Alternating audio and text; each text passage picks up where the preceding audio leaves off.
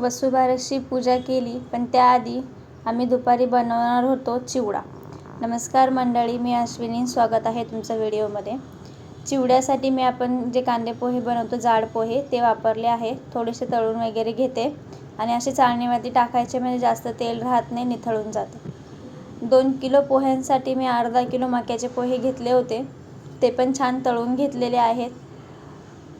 आणि आपण ह्या चिवड्याला जाड पोहे वापरतोय, कारण पातळ पोह्याचा चिवडा आम्हाला जास्त आवडत नाही आणि तळून घेतली की याची टेस्ट छान लागते, त्यामुळे मग आम्ही जाड पोहे यूज करतो. तुम्ही पण एकदा ट्राय करून बघा, छान लागतो चिवडा. आणि ह्या सगळ्यासाठी आता डाळ अशी मस्त तळून घेत आहे. हे डाळीव आहे, जास्त जळून द्यायचं नाही, वरच्यावर छान तळून घ्यायचं. शेंगदाणे पण थोडे तडतडायला लागले की काढून घ्यायचे, जास्त काळे करून द्यायचे नाही. कढीपत्ता पण छान तडतडून घेतला आणि तेच तेलामध्ये थोडासा चिवडा मसाला, तिखट मसाला, हळद आणि थोडंसं लिंबूचा रस टाकलेला आहे. ह्या सगळ्या पोह्यांमध्ये टाकून घ्यावा. सगळं जे तळलेलं होतं ते आणि हा सगळा मसाला टाकून मस्त मिक्स करून घेतला आहे. त्याच्यामध्ये मक्याचे पोहे पण टाकले आहे.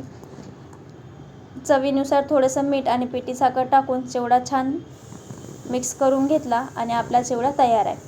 चिवडा बनवला आणि संध्याकाळी वसुबारसची पूजा आहे, सो मस्त घरावरती तोरण लावून घेतलं, लायटिंग वगैरे केली होती, रांगोळी काढली, थोडेफार स्टिकर आणले होते, लक्ष्मीची पावलं आणली होती, ते सगळं चिटकवून वगैरे घेतलं आणि वसुबारसची पूजा केली. चला मग भेटूया उद्याच्या ब्लॉगमध्ये.